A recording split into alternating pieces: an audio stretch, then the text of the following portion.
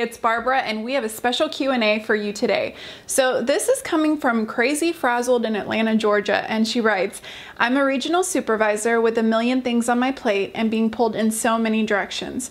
Sometimes I feel that I have to be the final say on everything and double check everything. I don't want to micromanage every detail, but I'm afraid that if I don't, things will fall through the cracks. Add to that my crazy travel schedule, and by the end of the week, I am fried. Any suggestions?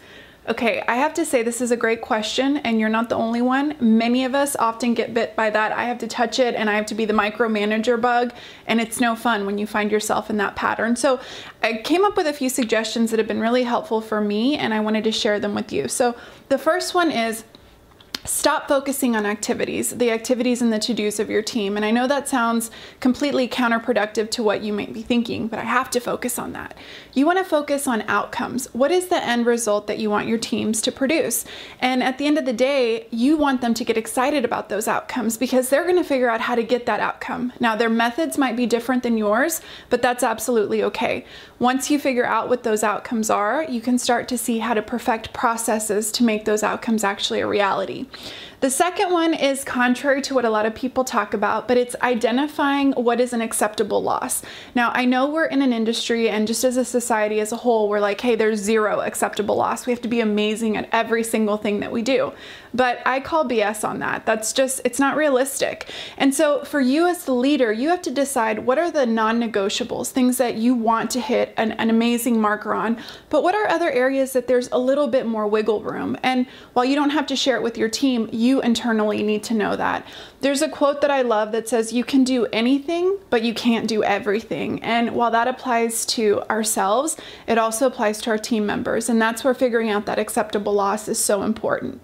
Now, the next point is you want to leverage what you do by empowering your employees. And we talk a lot about that. A lot of people think I empower my employees, but what I find is a lot of us faux power our employees. And when we faux power, we get faux satisfaction. It's fake, it's not real. So the easiest way to find out areas where you might be doing this faux power is by looking for bottlenecks. Where are places that your employees always have to talk to you about or ask your approval on? Or what are things that cause a lot of hiccups? It might be a hiring issue, an old policies issue.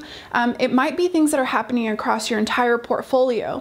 Once you identify those bottlenecks, you can get to working to clearing those up. And the sooner that you free up those bottlenecks, you're going to free up some serious time. Now, the other point is one of my favorite lessons that I learned from a book called The Rockefeller Habits, and I really recommend that book to any leader, and I'll make sure that it's included in the blog. But it talks about how leaders are always going to ask this one question, and I want to make sure I get it right. It says, do we have the right people doing the right things right? Now, don't get stuck in the rut of keeping non-performers. You want to always be evaluating your people, your processes, and the magic combo of doing those things extremely well. Now, the last one is to get clear on your biggest contributions. What is your highest value that you bring as a leader to your organization? And make sure that's where you're spending the majority of your time. Now, I know for us as supervisors or leaders, you can run the report, you know how to do inspections, you can lease an apartment. The bottom line though, is that your highest value contribution? And I don't want you to think that I'm saying, oh, don't get your hands dirty, because I don't mean that at all.